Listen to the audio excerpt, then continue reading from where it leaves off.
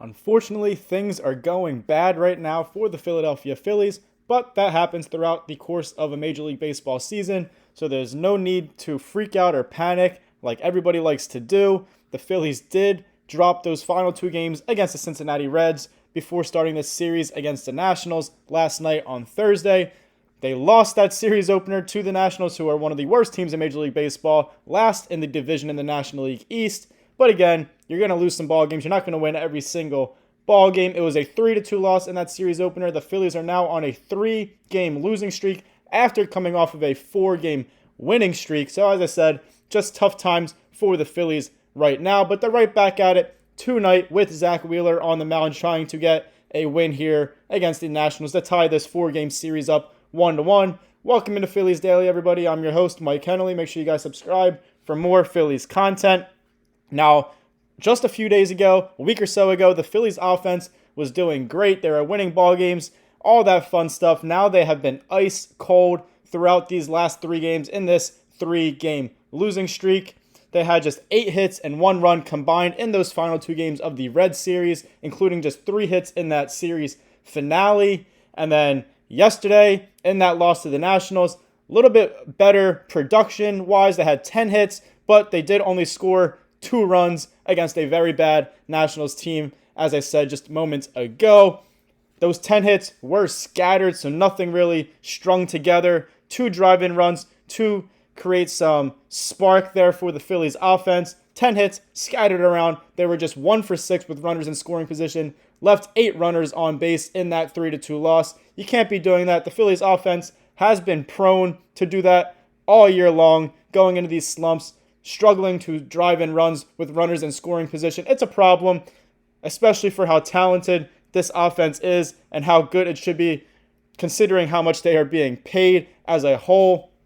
As I said, though, just happens throughout a Major League Baseball season. You're going to fall into these slumps. Happens to every team, including the best of the best, like, the Dodgers, the Yankees, all those teams. The Phillies are right up there as well. And unfortunately, they're going through that stretch right now. Also, the starting pitching has been a huge strength for this Phillies team in 2025. Unfortunately, for the starting pitching, that has been going through a little bit of a slump as well as of late.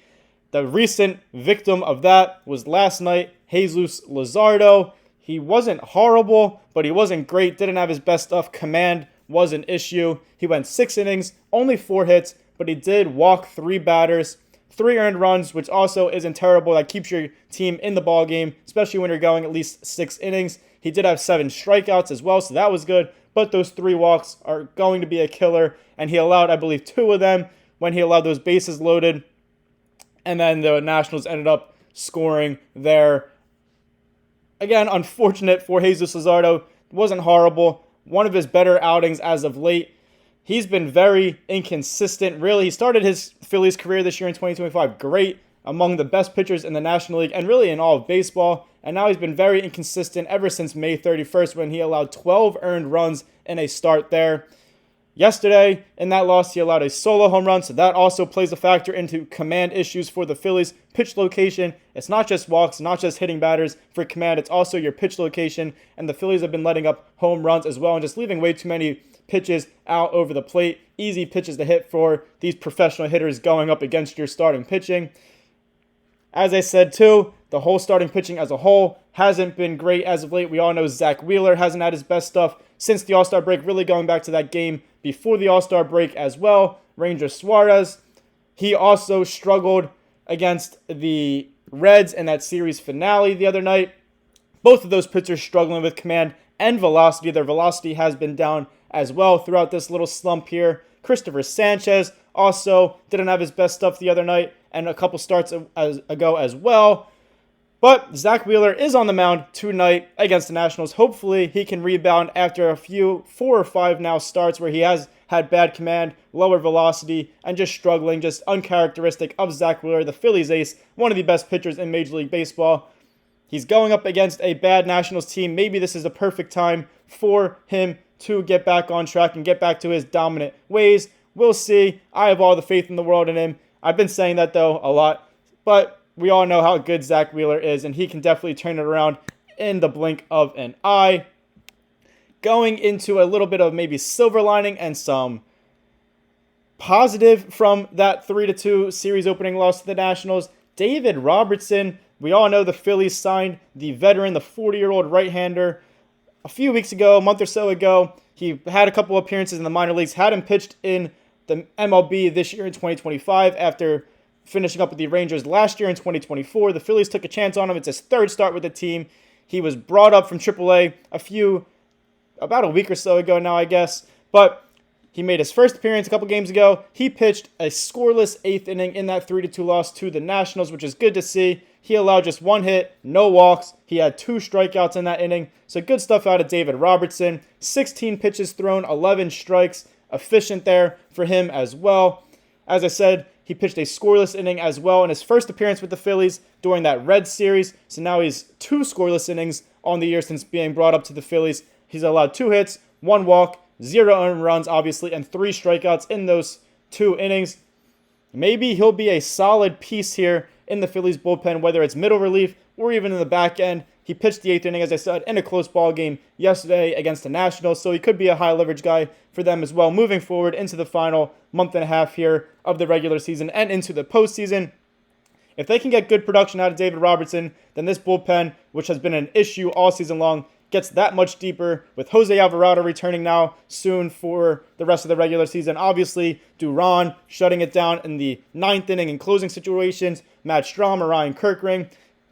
Again, if David Robertson can prove to be this consistent, then this Phillies bullpen is going to somewhat turn into a strength here heading into the final parts of this regular season and the playoffs, which will be amazing, especially if the starting pitching can get back on track. Then just as a whole, the Phillies are going to be dominating teams left and right, and that is just going to lead to tremendous success in the postseason. Sticking on a positive note, if you view it that way, Aaron Nola is set to return to the Phillies starting rotation Sunday in the series finale against the Nationals. Morning game, may I add there. It's an 11:45 start, I believe, maybe 11:35, one of those times. But still, Aaron Nola is returning to the Phillies. He hasn't pitched for them since May 14th. He's been out with an ankle and rib injuries since then. Made 3 rehab starts down in AAA with the Iron Pigs. His last rehab start, very good. Went 5 2/3 innings, I believe. 11 strikeouts. He looked good. Maybe that was exactly what he needed. Obviously, before his injury, he wasn't pitching well for the Phillies. His worst season of his career in his 9 starts. Going off an injury, having about 3 months or so off. Going down there, making those good rehab starts as well. Maybe that's exactly what he needs to get back on track. He cleared his mind. He's healthy. And with there only being about a month and a half left of the regular season and the postseason begins, he'll be fresh. And that could be a huge piece to the Phillies and their World Series championship aspirations. If he's pitching well, fresh, obviously these other guys are experiencing a little bit of fatigue at this point of the season. And Aaron Nola could come in and be potentially dominant, and the vintage Aaron Nola we used to see just a few years ago.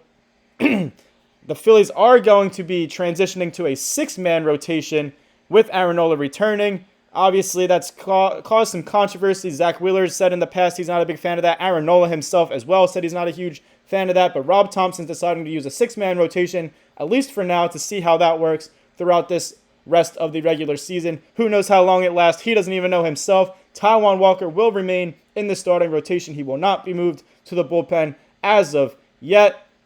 We'll see what happens, how long that lasts. But nonetheless, Aaron Nola returning to the Phillies, and it could be a huge piece for them moving forward. Thank you guys for watching this episode of Phillies Daily. I'm your host, Mike Henley. Make sure you guys like, comment, share, and subscribe for more Phillies content right here on Phillies Daily. Hopefully, Zach Wheeler can turn things around, get a win for the Phillies here to even up the series 1-1 against the Nationals, and we'll be talking about a Phillies win tomorrow. Again, thank you guys for watching, and as always, go Phils.